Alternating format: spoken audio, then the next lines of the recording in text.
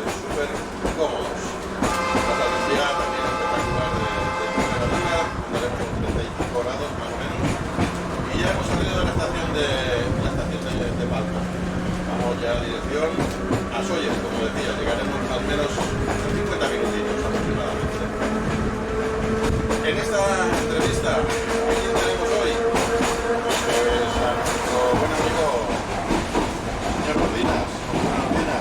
¿Cómo está usted? Muy bien, aquí acompañándonos en esta extraordinaria excursión en un emblemático sitio de todas las islas de Sóller. Turísticamente yo creo que es un referente en toda la isla y encantado de estar con vosotros. Gracias a ti porque sabemos que eres un hombre muy ocupado, que estés con nosotros acompañarnos no solamente en el trayecto de Palma, sino también a la vuelta, pero a la vuelta ya no tenemos trabajo. A la vuelta ya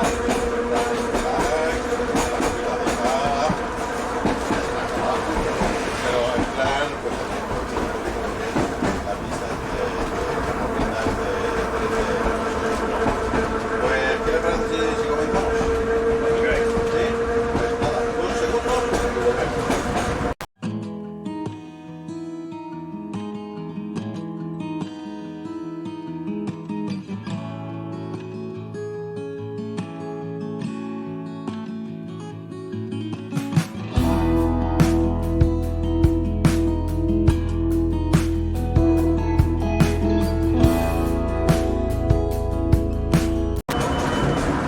Bueno, como decía el señor Dinas, estamos ya en el trayecto de Sóller.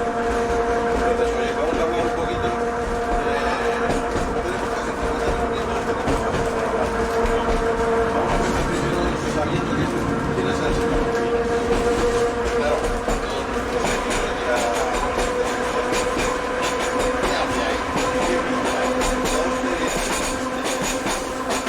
Es complicado autodefinirse, ¿no? Y cuando ya tienes cierta edad, pues logras español. Y a partir de ahí, pues decir dónde estamos hoy, de dónde venimos. Pero digamos que he sido un hombre de colaborar con la banda y por cierto que he decidido iniciamos en el mundo del paisaje, tirando el barco para llevar turistas a Real, posteriormente fuimos a Ibiza, montamos en Ibiza en Canarias, montamos en una empresa, estamos haciendo lo mismo de hinchar y demás, y después hay la oportunidad de comprar un pequeño hostal en Playa de Palma, y ahí pues este año, hace 25 años, que arrancamos esta aventura hotelera, y bueno, pues sus altibajos, como toda la Eso si no venía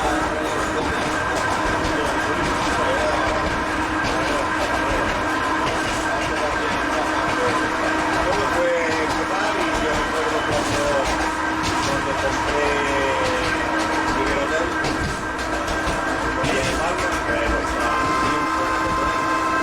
Recuerdo que fui a ver a un antiguo cliente de banco, que era un jefe de contratación de un operador que se llamaba Viajes con David.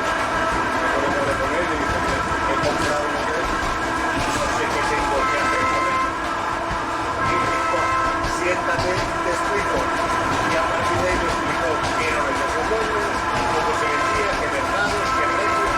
En fin, así nos iniciamos sin saber ni nada, nada de eso. No, nada.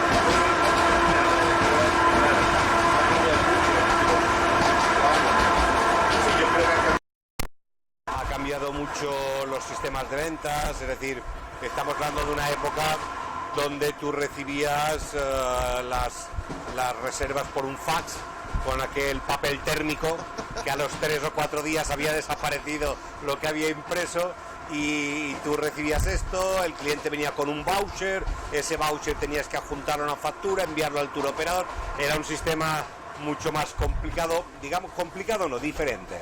Y era hacer doble trabajo, por lo que decía del papel térmico, ¿no? Era mucho más laborioso que hoy en día, ¿no? Tú hoy en día cuelgas las habitaciones en un portal, ese portal pues acceden todos los tour operadores, las OTAs, a partir de ahí cogen habitaciones, si ya se ha vendido te la descuenta del cupo, antes era un tema muy manual, ¿no?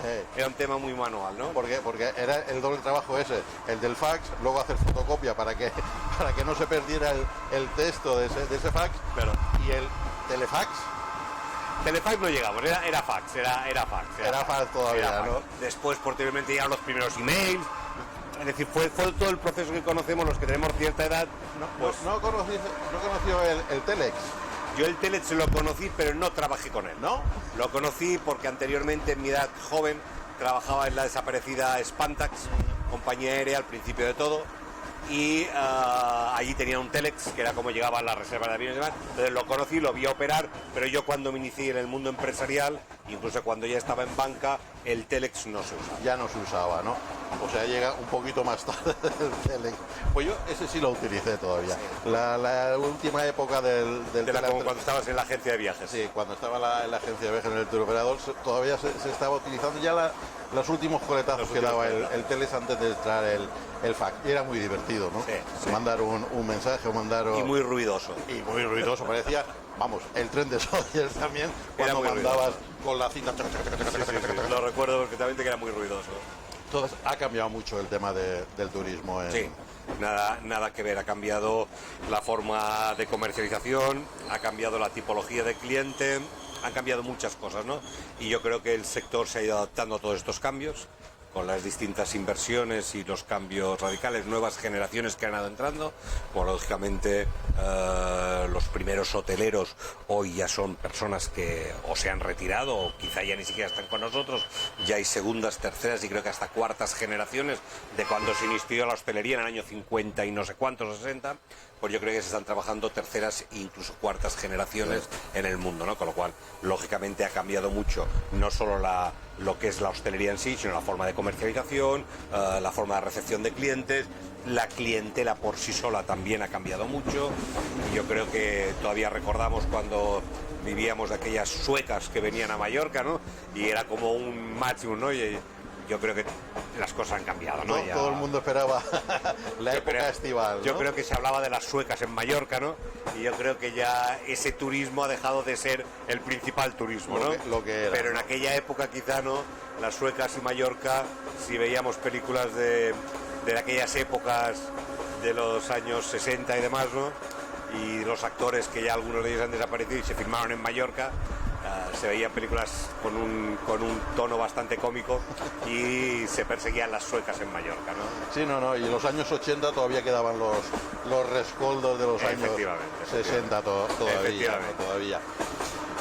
Vamos, ya conocemos un poquito más al señor Ordinas, de dónde viene, dónde inició su andadura, nada más que en la banca, cambiando al mundo del turismo. Vamos a hablar un poquito y vamos a meternos en el jardín del turismo. Vamos a obviar ya la pandemia porque eso ya está más que hablado y más que trillado. Pero olvidar... No vamos a olvidar porque ha estado ahí. No sé si podemos olvidarlo. Porque ha estado ahí, nos ha afectado mucho, tanto en salud como en el bolsillo. Pero vamos a hablar un poquito de turismo, ¿no? Todo lo que está pasando, sobre todo este año, estadísticas que están saliendo, cómo se está desarrollando la temporada esta que estamos viviendo 2022, que por cierto las noticias nos están diciendo que estamos en números del año 2019. Bueno, yo creo que es un poquito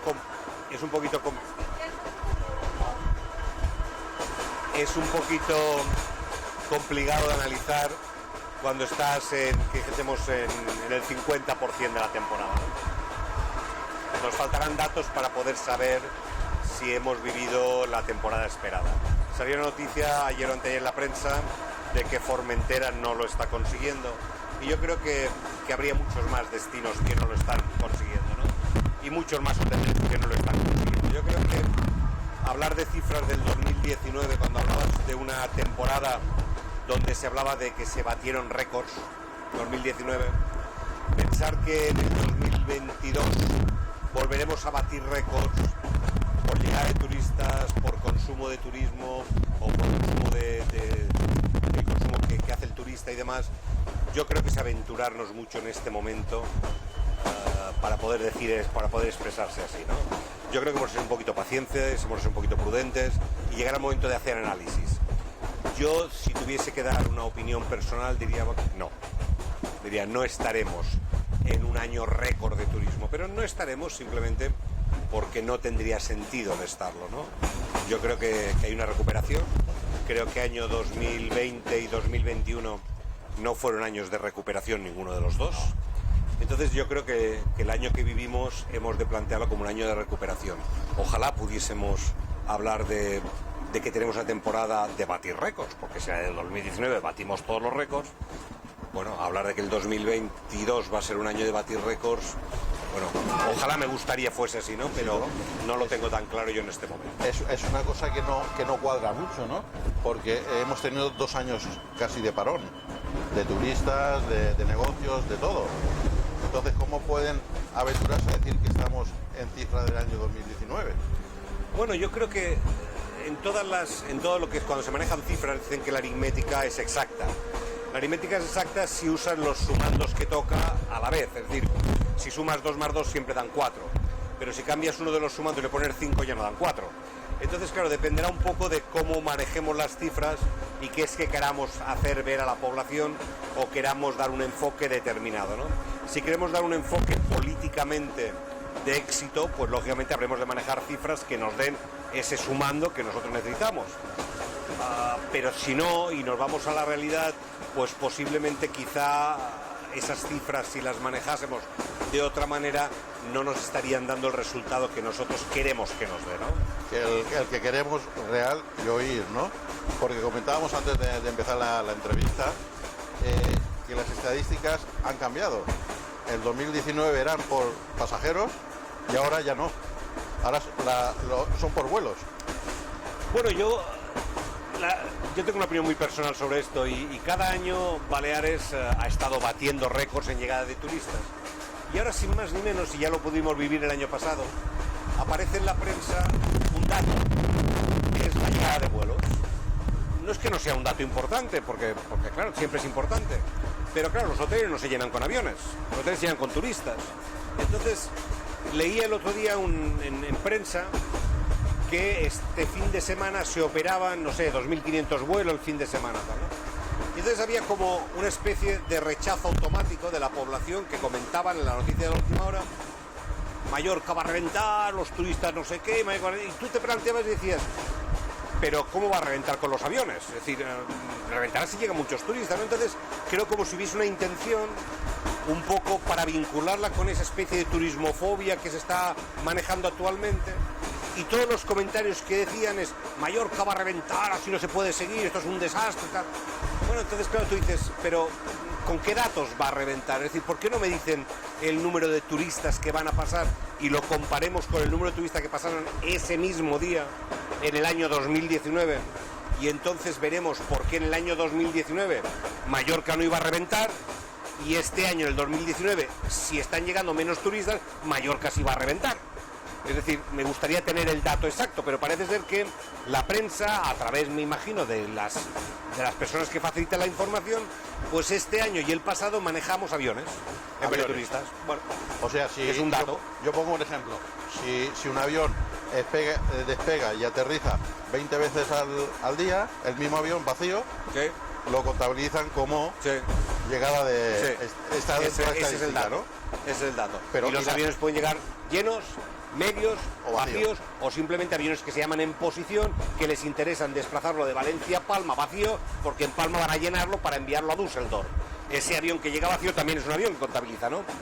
¿Por qué? Pues porque los fines de semana se producen muchos movimientos, ¿no? Claro, dicen, no, es que no hay taxis, es que no hay... Vamos a ver, si en el 2019 había y ahora no hay, y el 2019 fue un año récord, algo está ocurriendo. Entonces los análisis se tienen que hacer un poco más en profundidad. Entonces yo te diría que, por ejemplo, por poner un ejemplo, la estancia turística se ha acortado. Antes tenías 3 días o 3 noches, 4 días, y ahora estamos en 2 noches, 1 día. ¿Por qué? Porque los hoteleros hemos tenido, con razón, cierto miedo a la hora de vender nuestro producto. Y entonces todo lo que teníamos nosotros de restricciones para reservar habitaciones han sido eliminadas. Es decir, tú antes llegaba el mes de julio y estancia mínima 4 noches. Llegaba el mes de junio, estancia mínima 3 noches. Ahora esto ha desaparecido. Cancelación. Usted no puede cancelar sin gastos a 15 días de su llegada. Reservas. En el momento que usted reserva, de pagar el 100% de la reserva porque es julio y agosto. Hoy tú puedes reservar una habitación esta mañana, cancelarla por la tarde, para una sola noche, no tiene ningún coste. Claro, ¿qué ha ocurrido? Que las estancias se han acortado. Y cuando el cliente venía 4 días y cogía un taxi hoy y el siguiente taxi lo cogía el viernes, ahora lo coge por la mañana y luego al día siguiente. Hemos multiplicado el movimiento de gente que va y viene. Claro, volveríamos al dato del número de pasajeros que llegan, pero tendríamos que mezclarlo por los números de días que están. Porque al final están llegando los mismos en base si cogemos la estancia que están. Claro, si tú coges el número de clientes que entran y salen, pues igual están entrando y saliendo muchos más clientes. Pero ¿con qué estancia media?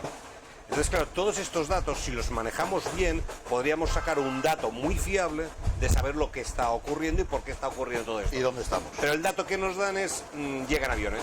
Muchos aviones, y lo que llevamos viviendo estos 2 últimos años, ¿no?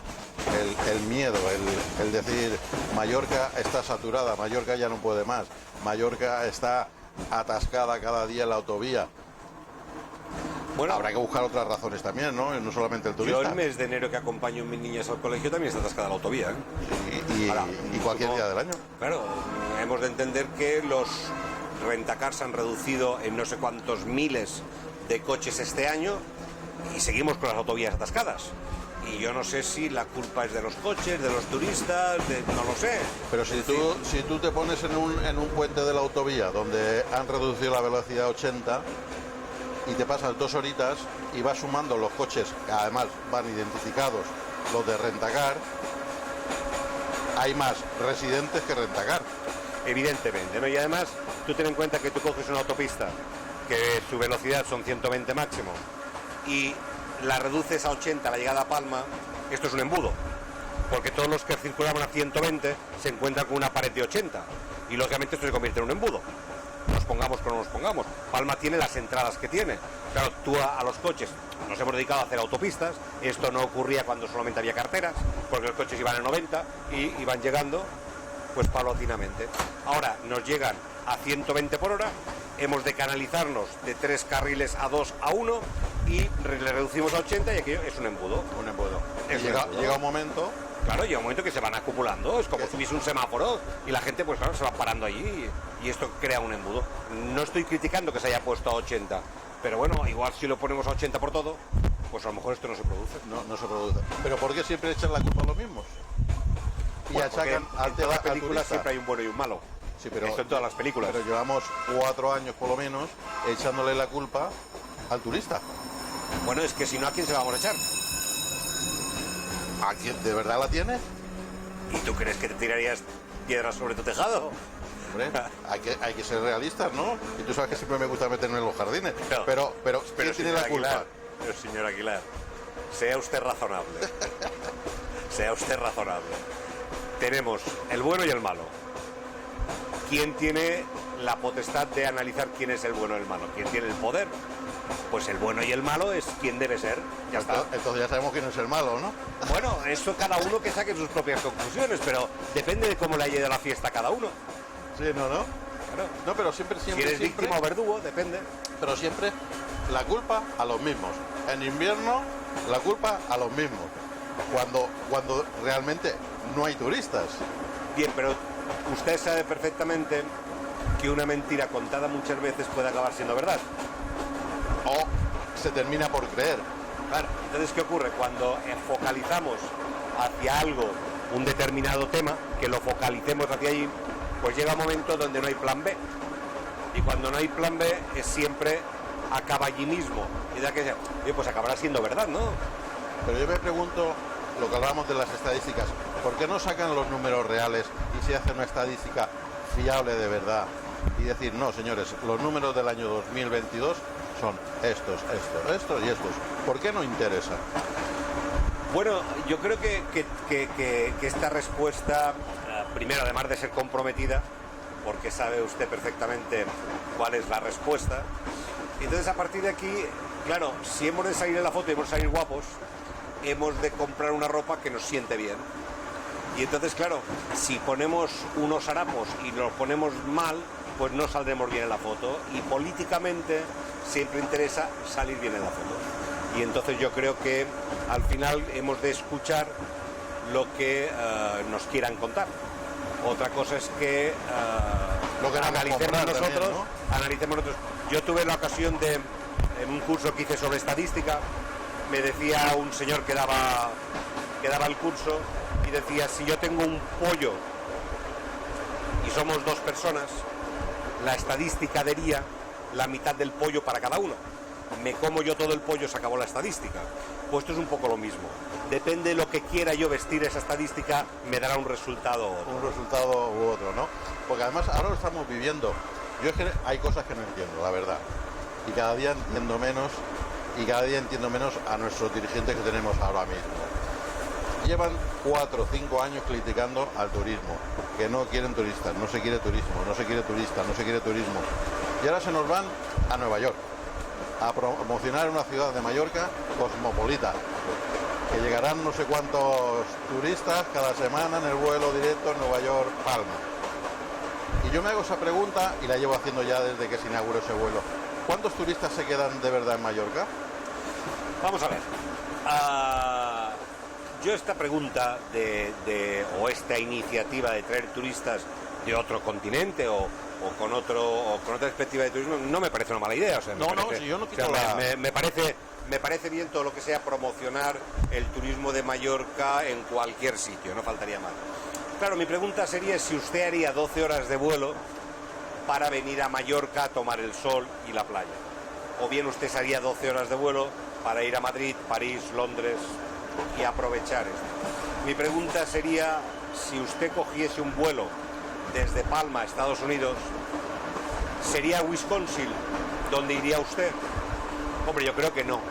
Usted iría a Nueva York, iría a Miami, iría a Washington, iría a ver algo que justificase 12 horas de vuelo, ¿no? Esto ocurre un poco con lo mismo que China, parece de una manera. Si China tardas 21 horas en llegar, Barcelona y Madrid está lleno de chinos haciendo fotos.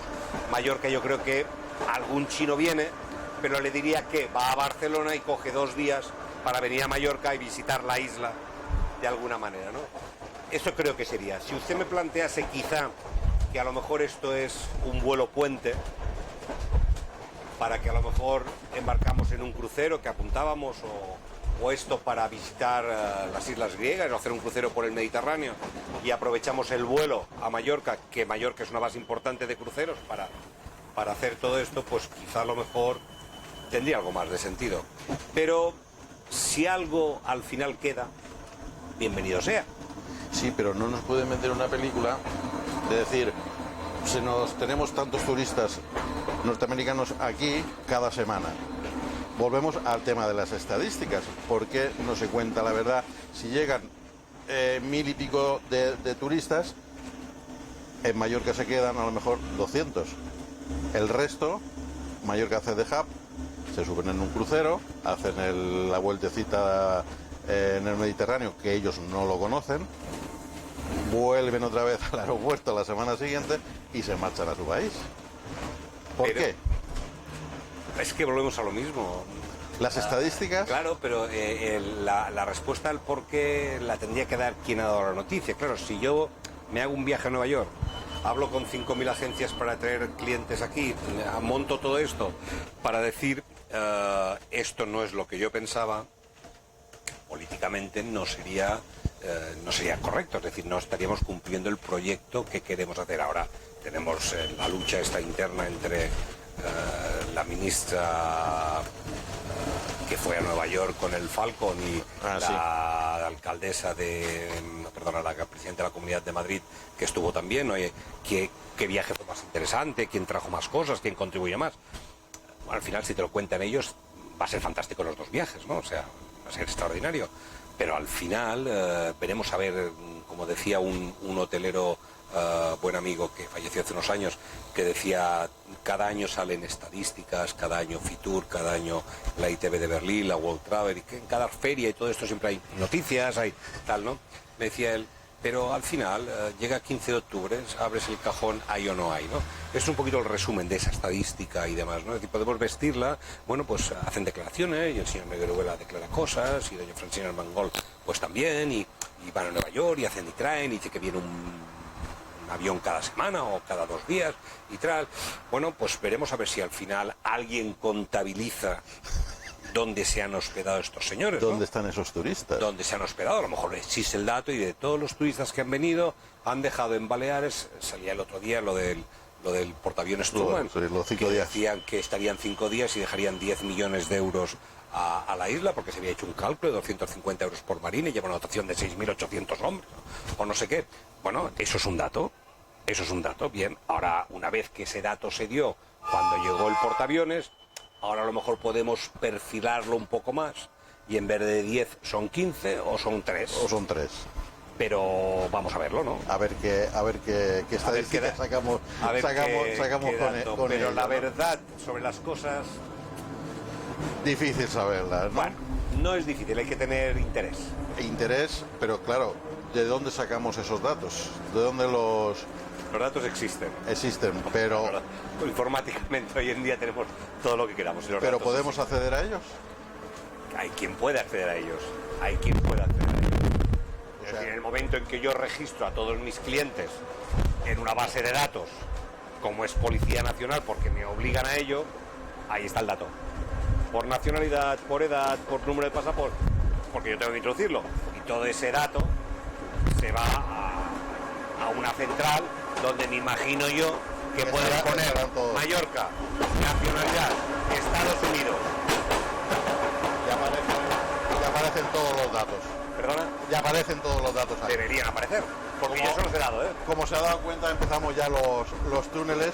Ahora cuando lleguemos ya al grande, Túnel principal. haremos una pausa porque es, vamos, espectacular y hay que disfrutar estar ahí con el fresquito que hace. Pues volviendo al tema de las estadísticas, lo dejamos ya un poquito. Vamos a meternos en otro, porque hace años que nos conocemos En otro jardín. y sabe que siempre nos jardín. metemos en jardines, ¿no? La guerra que tienen ahora, con el tema cruceros,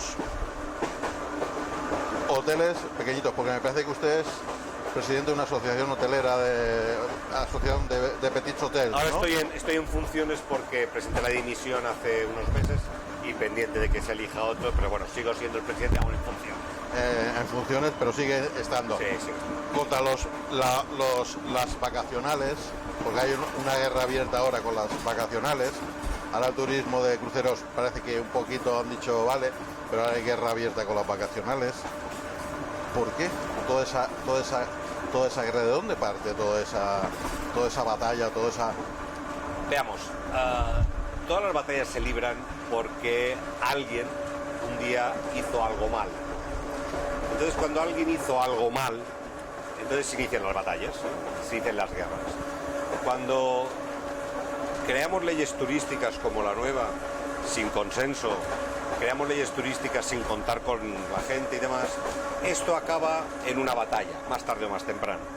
Entonces cuando se decidió que se podían crear las casas vacacionales y se crearon, no lo sé, 800.000 plazas nuevas, ahora sobran plazas. Y te dices, bueno, ¿y por qué no se lo plantearon antes? Existía la ley de intercambio de plazas y podías cambiar una por 2,5 y se crearon nuevas plazas. Después, si pasabas de categoría a 4 estrellas, podías levantar 2 pisos y crear plazas nuevas.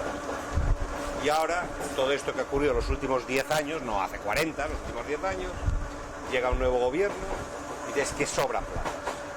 Ya. Bueno, ¿y por qué no hace 10 años no hicimos algo para hacer un proyecto turístico de futuro? Y ahora sale una nueva ley y volvemos a estar en las mismas. Es decir, una nueva ley donde el color político decide cómo debe ser el turismo en los próximos años. Y la otra parte del otro color turístico dice que si llegan la van a derogar. Y entonces, claro, vuelve a decir, ya estamos otra vez. Es decir, ¿por qué no se plantean de que el turismo no tiene color político? No debería tenerlo. Si aquí hablamos de otra cosa, aquí no hablamos de color político. Es decir, ¿por qué no nos sentamos todos, hablamos, pero cuando digo todos, son hoteleros, son políticos, son sindicatos, son comerciantes, porque alguien se olvida de qué vivimos exactamente aquí. Y cuando te olvidas de esto, parece que el tema de la hostelería es un tema de hoteleros y Govern Balear. Y creo que no. Hay más gente Creo implicada, que es que me costaría decir que no está implicado, directa o indirectamente. Entonces, a mí, hacer una ley. Señor Ordinas, cortamos un poquito, volvemos después. Por aquí ya es.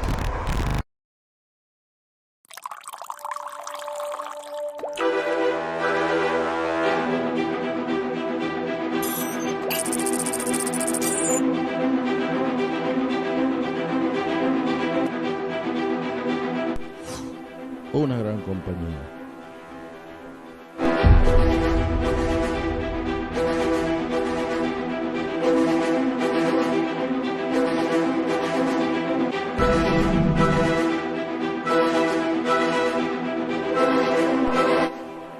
Presente en América, Europa y Oceanía.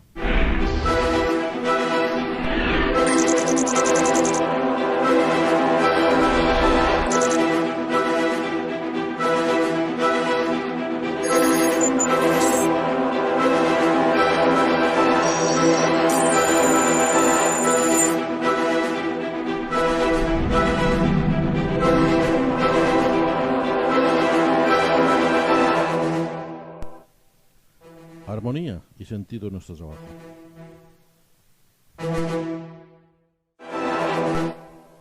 Calidad en nuestros procesos de desarrollo.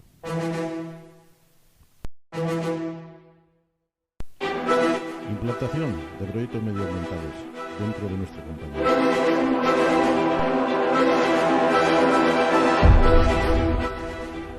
Personal altamente cualificado.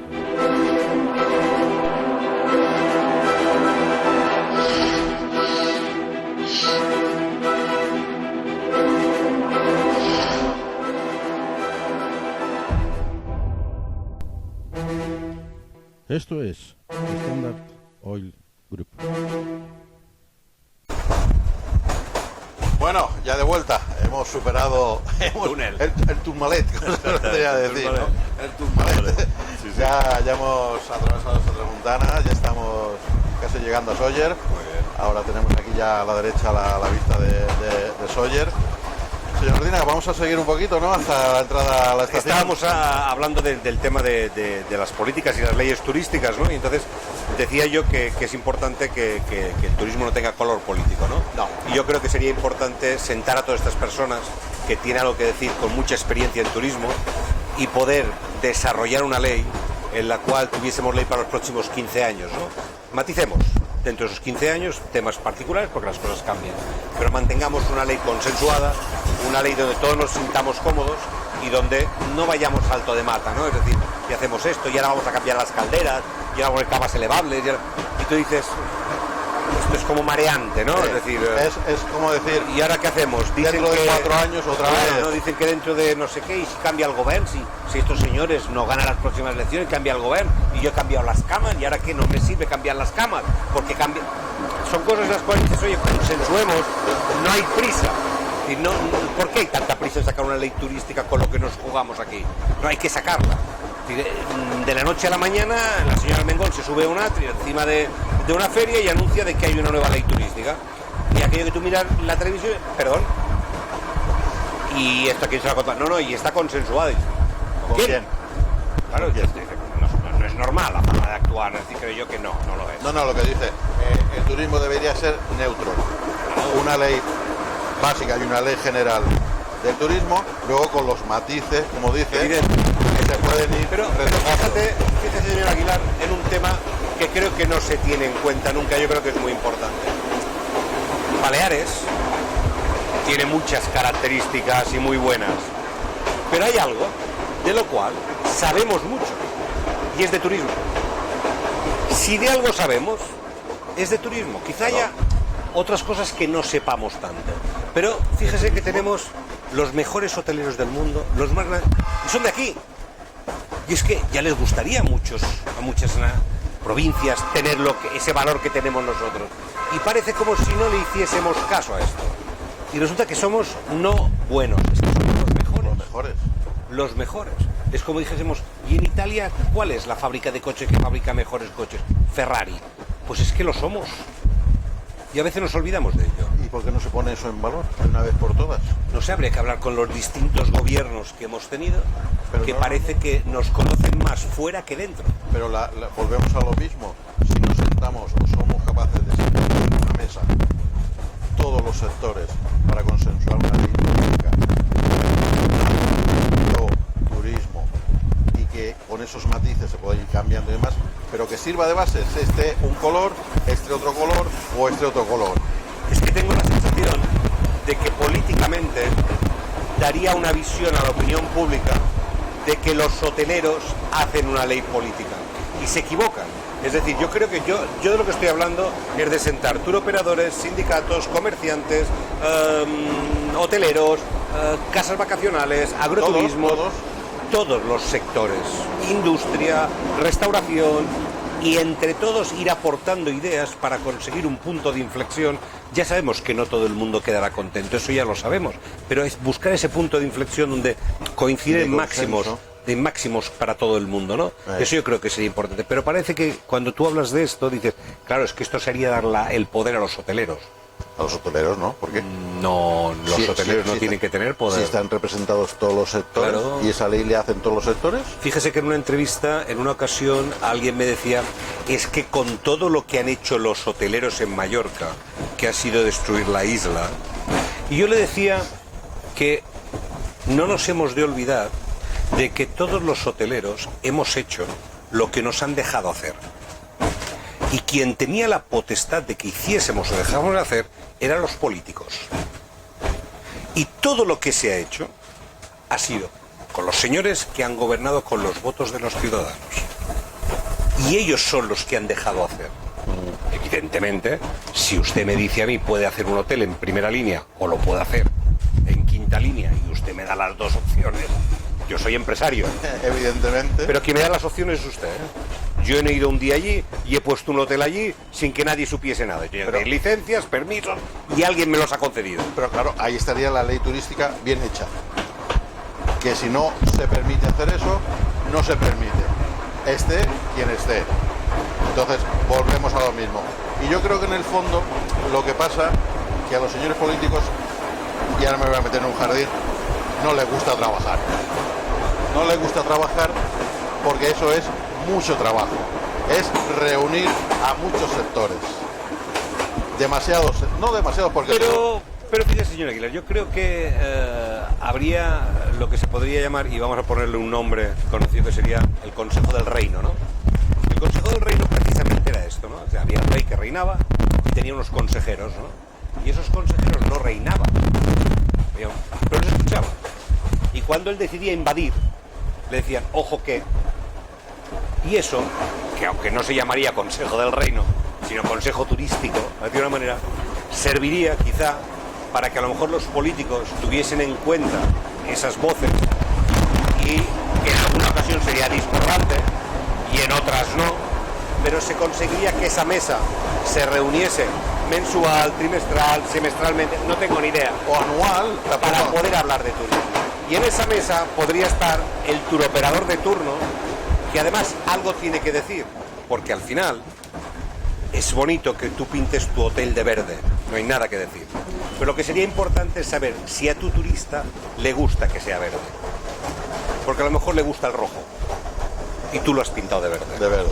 Pues igual, si se sienta en esta mesa, quien ha de vender tu producto también tiene algo que decir. Es decir, en Alemania nos gustaría, en Inglaterra nos gustaría, o en China nos gustaría. Y ese nos gustaría a lo mejor nos haría reflexionar sobre cosas que ahora dejamos de lado y le damos mucha importancia, y quizá si hablásemos con quien ha de vender nuestro producto, pues a lo mejor sería interesante escucharlo. Porque se sigue dependiendo mucho del turoperador, ¿no? El turoperador tiene mucho que decir también, porque es nuestro vendedor. Es nuestro vendedor. ¿Qué porcentaje más o menos depende ahora mismo el turista que viene del turoperador? Hombre, se ha reducido mucho con toda la entrada de las OTAs, tipo Booking, tipo Expedia, se ha reducido mucho su presencia, pero sigue siendo un valor importante, porque hay mucha gente que quiere acudir al turoperador todavía a comprar paquetes turísticos, a comprar, tener más que una línea telefónica y un señor que no conoces, es como un poco lo de la banca online. Todos la usamos, pero más tarde o más temprano acabamos en la oficina haciendo alguna gestión. La tranquilidad Sigue siendo, hay un sector que sigue apostando por ello, ¿no? porque también un poquito de la parte de lo que son agencias de viajes, pues las agencias de viajes también, ¿no? Con la llegada de internet y todo ello. Bueno, yo creo que lo que han hecho las agencias de viaje ha sido actualizarse como los hoteles. Y yo creo que hoy en día todas tienen la versión online y tienen que tenerla. Lo que ocurre es que, claro, una empresa como Booking.com, por decirlo de una manera, se ha convertido en el número uno y se ha convertido porque solo y únicamente se ha dedicado a ello. No han tenido que sufrir una transformación. Las empresas turísticas, los turoperadores típicos, pues estamos hablando de una transformación. Eso significa que tienes una infraestructura montada que no puedes abandonar y paralelamente has de crear otra infraestructura. La inversión la duplicas y es mucho más complicado, ¿no? Entonces, claro, al final trabajar en dos puntos ha sido más complicado para la agencia que Booking, que entró arrollando, o Expedia entró arrollando porque solo se dedicó a eso. Los otros tuvieron que compartir las dos partes y transformar, y eso siempre tiene un coste añadido, una pérdida de agilidad que Booking tiene y ellos les llevan un paso por delante. Porque el cliente también está abocado también, o está mirando ya mucho la reserva directa, ¿no? El hotelero también, por ejemplo, está mucho a la venta, directa. Hoy por hoy creo que la gran competencia de Booking, por decirlo de una manera, son los propios hoteleros, porque la reconversión a tu página web es muy importante. Es decir, estás hablando de como mínimo del orden de un 15% de tu beneficio que se va de comisión a las OTAs. Claro, cuando estás hablando de ciertos volúmenes de ventas, son cifras muy importantes. Se nota, ¿no? Y se nota también el cambio que ha habido 10, 15 años para atrás, ahora en ese aspecto, ¿no? Antes el hotelero dependía 100% casi del turoperador y ahora ya no es el 100% de lo que depende del turoperador. Ahora ya el hotelero ha dejado esa dependencia del 100%, como comentas tú, de la agencia o del turoperador, para ya dividir en tres sectores. OTAs por un lado, tu propia página web y tus propios recursos, y turoperación. No la has abandonado, pero estás apostando mucho por tu propia página web, ¿no? Y ofreces el mejor producto, inviertes mucho en esta faceta, y yo creo que es donde estamos ahora trabajando todos. Y ya para ir terminando, porque estamos llegando ya a Sóller, estamos en la valle de Sóller ya. Comentaba que estaba presidente en funciones de la asociación, ¿no? ¿Cómo ha funcionado la asociación de los pequeños hoteles? Bueno, la asociación ha funcionado bien, la asociación ha llevado una representación determinada, mi función era darla a conocer políticamente y socialmente, es lo que he hecho, y ahora hay que darle una continuidad, y para eso buscamos a alguien con un perfil más joven, un perfil con más ganas, un perfil con alguien que tenga ganas de lucharlo un poquito más, ¿no? Pero no está acabando de aparecer y ya me están diciendo continúa, me están diciendo Continúe. Y bueno, lo estamos estudiando o barajando la posibilidad de quizá volver a coger las riendas de la asociación, porque si no el trabajo hecho sería una pena que se perdiera. Se perdiera, porque ahí solamente hay hoteles pequeñitos, ¿no? Porque son medianos y pequeños hoteles. No están ni las cadenas grandes hoteleras, solamente los hoteles pequeñitos. Entonces, no creo que quisieran estar con nosotros. Porque además creo que nació a raíz de eso, ¿no? De los grandes, cuando antes de la pandemia, creo que recordar que iban un poco en contra también incluso de los hoteles pequeños, que que querían que desaparecieran los hoteles pequeños. Bueno, yo demás. creo que esto es una lucha que ya el señor Negueruela lo dijo en una de sus excelentes intervenciones, que había que hacer desaparecer los hoteles obsoletos, y dijo que daría todas las facilidades para que desapareciesen hoteles hasta 2 estrellas, como si los obsoletos fuesen los que tienen hasta 2 estrellas y los demás son todos inmaculados.